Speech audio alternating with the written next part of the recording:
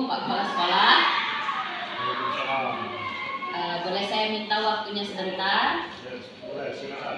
Ini kami dari kegiatan calon guru penggerak ini diminta untuk melakukan demonstrasi kontekstual, mewawancarai pemimpin satuan pendidikan yakni kepala sekolah untuk mengidentifikasi tentang pengambilan keputusan berbasis berpihak pada murid, Pak. Apakah Bapak bisa ada waktu sekarang? Ya, silakan. Waktu. Ya, baiklah Pak. Untuk kegiatan ini nanti saya akan mengajukan beberapa pertanyaan yang akan Bapak jawab sesuai dengan pendapat Bapak dan kenyataan yang ada. Kemudian saya akan mengupload tugas ini ke YouTube untuk kepentingan pengumpulan petugas tugas calon guru penggerak, Pak. Apakah Bapak bersedia? Bersedia, silakan. Ya, baik Pak. Yang pertama, selama ini bagaimana Bapak dapat mengidentifikasi kasus-kasus yang merupakan dilema etika atau bujukan moral, Pak? Dilema etika itu istilahnya kasus masalah siswa. Ya, bisa masalah siswa atau Bisa masalah guru, Pak. guru.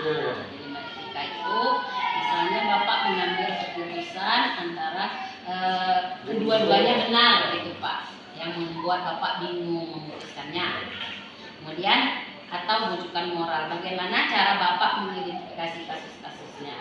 Ya, kalau masalah guru misalkan, kita bawa ke forum rapat seluruh dewan guru, dipikir oleh kepala sekolah, misalnya mengambil keputusan cari jalan keluar yang terbaik sesuai dengan aturan undang-undang ASN yang sedang berlaku sekarang ini. Jadi putusan ini hasil musyawarah itulah disepakati bagaimana solusinya. Itu. Oh ya Pak, jadi kedua kasus-kasus yang dilema etika itu yang membuat Bapak bingung untuk memutuskannya gitu ya Pak, dua-duanya benar gitu. Sedangkan bujukan moral itu tentu saja kasus-kasus yang melanggar peraturan ya Pak. Di situ tadi dengan cara musyawarah. Musyawarah dengan guru. Jadi putusannya hasil musyawarah itulah disepakati ya. Kalau masalah siswa misalnya, kalau masalah siswa misalkan kita tunjuk siapa yang waktu pikir guru pikirnya. Kalau belum selesai guru pikirnya, baru kita tangani oleh kepala sekolah, misalnya cari jalan yang terbaik misalnya. Jadi mencari jalan yang terbaik ya Pak ya. Selama ini bagaimana Bapak menjalankan pengambilan keputusan di sekolah, terutama kasus di mana kedua-duanya benar Pak. Misalnya ada kasus yang berkaitan dengan nilai kebajikan, misalnya ada kasus di sekolah ini apa gitu, misalnya kasus apa.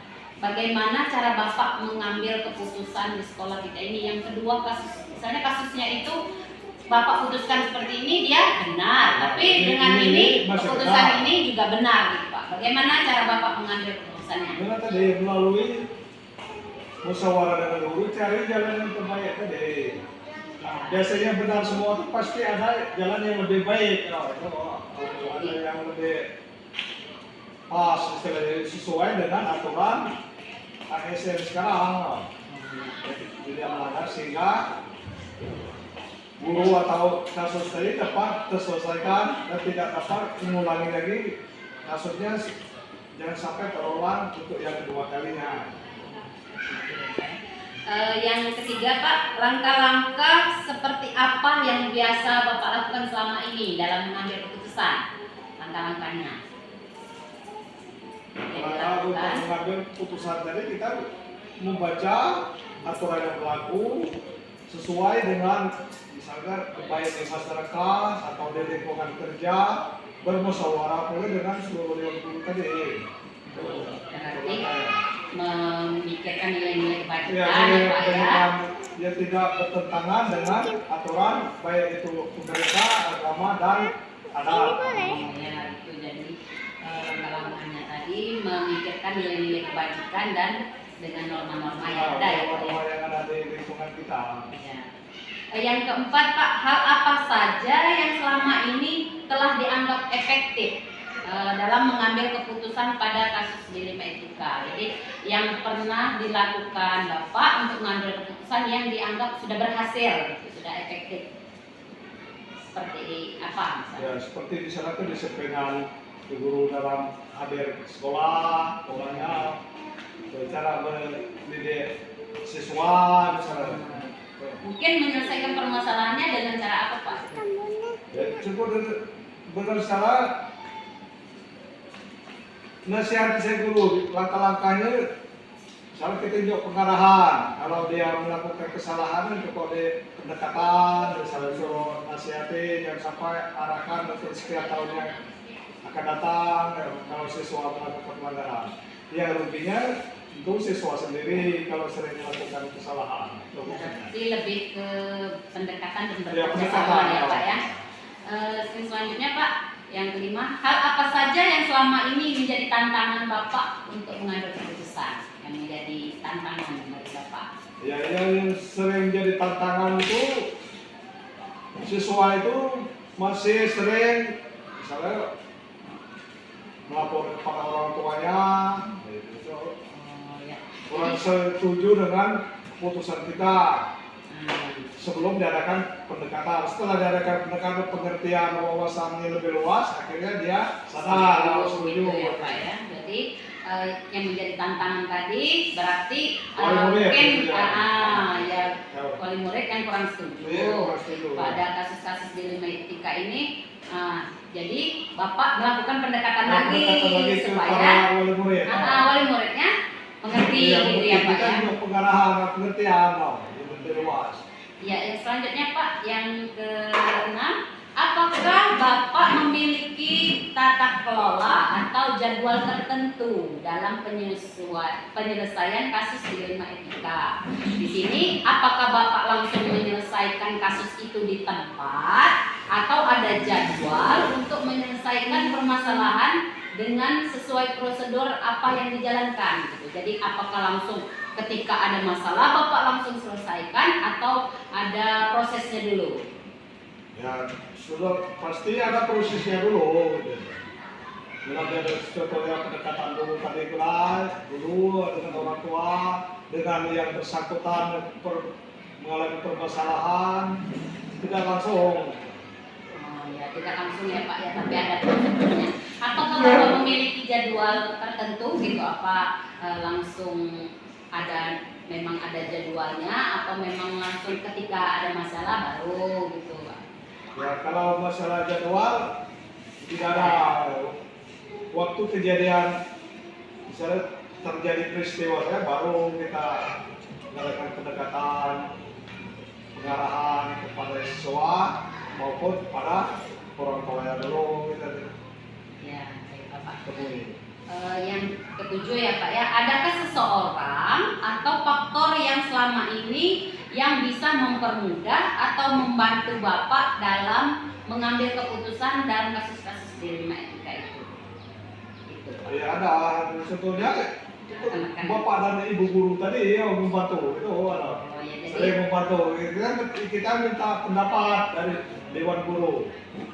Bagaimana solusinya? Kita langkah yang terbaik dari bapak dan ibu guru kita terapkan gitu. iya. Untuk membantu kita menyelesaikan permasalahan. Jadi Bapak bisa bekerja sama dengan dewan guru Iya. gitu ya Pak ya. Yang terakhir Pak, dari semua hal yang telah disampaikan, pembelajaran yang bisa Bapak ambil dari pengalaman mengambil keputusan dilema etika ini apa? Yang bisa Bapak ambil pelajaran bahwasanya apa gitu? Ya setelah mendapat permasalahan ini, kalau dulu saya sering misalnya menyelesaikan permasalahan sendiri, mengambil keputusan kapan terjadinya peristiwa. Kalau sekarang ya kita gunakan bapak dan ibu guru untuk menyelesaikannya. Kita bermusyawarah dulu mana jalan yang baik kalau sekarang. Jadi Bapak ada pembelajarannya kalau dulu Langsung saya biar gitu ya, sikap Bapak sendiri, ya. Kalau sekarang sudah bekerja Bermusyawarah sama gitu gitu ya. bapak dan ibu guru. mungkin menurut Bapak yang mana nih yang lebih efektif? Apa Ya, bekerja kalau menurut sama atau- menurut saya itu bekerja sama dan minta pendapat dari bapak dan ibu guru yang lebih baik supaya bisa kesalahan atau penyimpangannya tidak terlalu luas ya.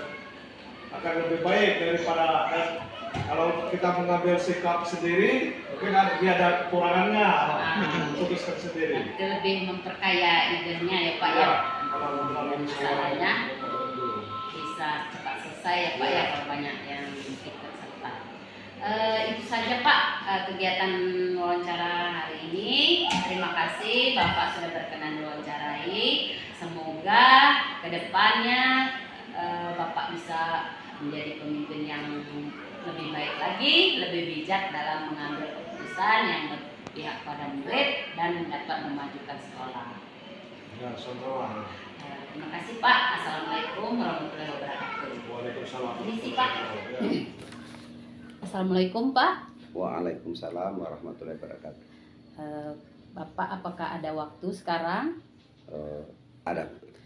Saya mau melakukan kegiatan wawancara Pak. Di sini kami akan mewawancarai Bapak terkait pengambilan keputusan yang berpihak pada murid. Boleh diperkenalkan dulu nama Bapak siapa? Saya Sumirto, Kepala sekolah dari mana? Kepala SD 94 Kaur. SD 94 Kaur ya Pak Sumerto.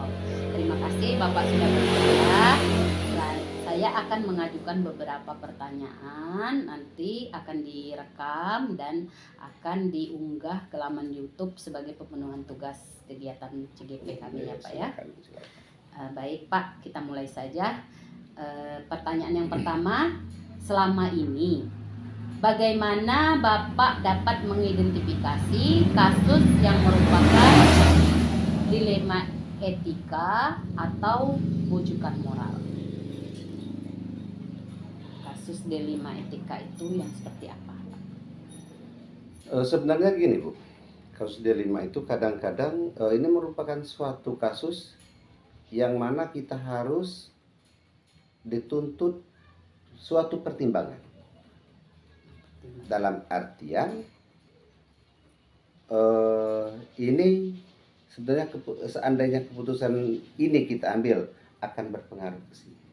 Seandainya keputusan ini kita ambil akan berpengaruh. Salah satu contoh. Salah satu contoh, ada seorang murid. Ada seorang murid jarang sekali masuk sekolah. Pada akhir semester menuntut mau naik kelas. Itu salah satu contoh. Nah, saat di salah satu sisi anak ini kasihan seandainya tidak dinaikkan. Seandainya naik kelas, bagaimana? Terlalu banyak pertimbangan. Jadi itu merupakan Itu salah satu contoh. dilema etikanya ya Pak Salah ya. satu contoh. Murid Yang tadi benar-benar kita dituntut untuk berpikir. berpikir. Ya, menimbang dan berpikir ya Pak. Jadi contohnya tadi murid ada yang jarang masuk sekolah, tapi mau naik kelas. Mau naik kelas. Kalau tidak naik kelas bagaimana? Kalau naik kelas Bagaimana? bagaimana? Ya itu ya Pak salah satu contohnya. Jadi bagaimana Bapak mengambil keputusan di sekolah terhadap kasus yang seperti tadi Pak? Otomatis ini kita tidak bisa mengambil keputusan sendiri. Tidak bisa kita langsung ambil keputusan sendiri. Dalam hal ini kita harus berkoordinasi dengan rekan-rekan guru yang lain, terutama wali kelas. Kemudian di samping itu juga dengan rekan-rekan guru yang lain. Berkoordinasi dengan rekan-rekan guru yang lain. Langkah atau prosedur seperti apa yang bisa Bapak lakukan untuk mengambil keputusan? Langkah-langkahnya gitu. Yang pertama misalnya apa yang Bapak lakukan? Langkah-langkah yang kita tempuh itu atau yang kita ambil, yang pertama ini saya minta data dulu dengan wali murid, dengan wali kelas. Ya. Kemudian setelah itu apa lagi Pak? Kita musyawarah. Dimusyawarahkan. Nah, setelah dimusyawarahkan, hasil dari musyawarah dengan Dewan Guru itu tadi, itulah yang kita Yang putuskan, menjadi keputusan. yang menjadi keputusan. Yang Bapak ambil gitu ya. Iya, iya. Nah, hal apa saja yang Bapak anggap efektif dalam mengambil keputusan pada kasus-kasus D5 Etika? Yang dianggap efektif untuk menyelesaikan permasalahan D5 Etika ini? Ya kita ambil saja suara yang terbanyak gimana?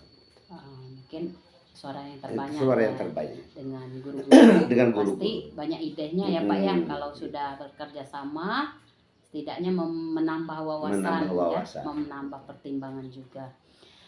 Hal apa saja yang selama ini merupakan tantangan dalam pengambilan keputusan pada kasus dilema etika itu? Kalau masalah tantangan itu Bu, jelas ada pro dan kontra dengan keputusan yang kita ambil. Tetapi pada intinya kita itu akan mengambil keputusan yang terbaik dan yang bertanggung jawab dari hasil dari hasil dilema itu sendiri. Apakah Bapak memiliki tata kelola atau jadwal tertentu dalam penyelesaian permasalahan kasus dilema etika, atau apakah Bapak langsung menyelesaikannya di tempat atau memiliki sebuah jadwal untuk menyelesaikannya dalam bentuk prosedur atau seperti apa yang Bapak jalankan untuk menyelesaikan kasus? Kita lihat itu ya. Kita lihat suatu permasalahan itu. Apakah ini bisa kita selesaikan secara spontan, dalam artian tanpa butuh waktu, bisa kita selesaikan pada saat itu, ataukah tergantung dengan kasusnya apa? Apakah ini butuh waktu, apakah butuh pihak-pihak tertentu yang berkepentingan yang dibutuhkan dalam mengambil suatu keputusan itu. Kalau kasus yang seperti tadi Pak, kalau yang untuk siswa yang tadi, mau naik salah tadi, satu prosedurnya seperti apa gitu? Misalnya. Yang pertama, karena ini tadi terus saja dengan keputusan dari bukan sebelum keputusan maksud saya. Nah, ini dari laporan wali kelasnya. Pak, bagaimana permasalahan ini? Anak yang kita temui di kelas begini, permasalahannya begini, tetapi tuntutan orang tuanya begini. Otomatis ini nanti perlu kita musyawarahkan dengan guru. Bagaimana? Kemudian adakah seseorang atau faktor yang selama ini mempermudah atau membantu Bapak dalam mengambil keputusan dalam kasus dilema etika ini?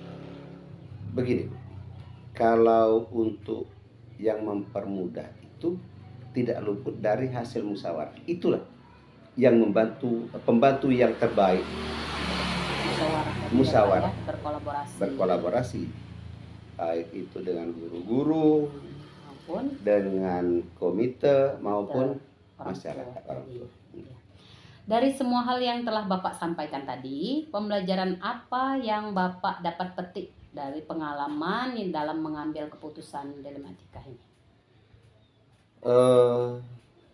Pengalaman yang paling berharga Bu, bagi saya selaku kepala sekolah, dengan adanya permasalahan ini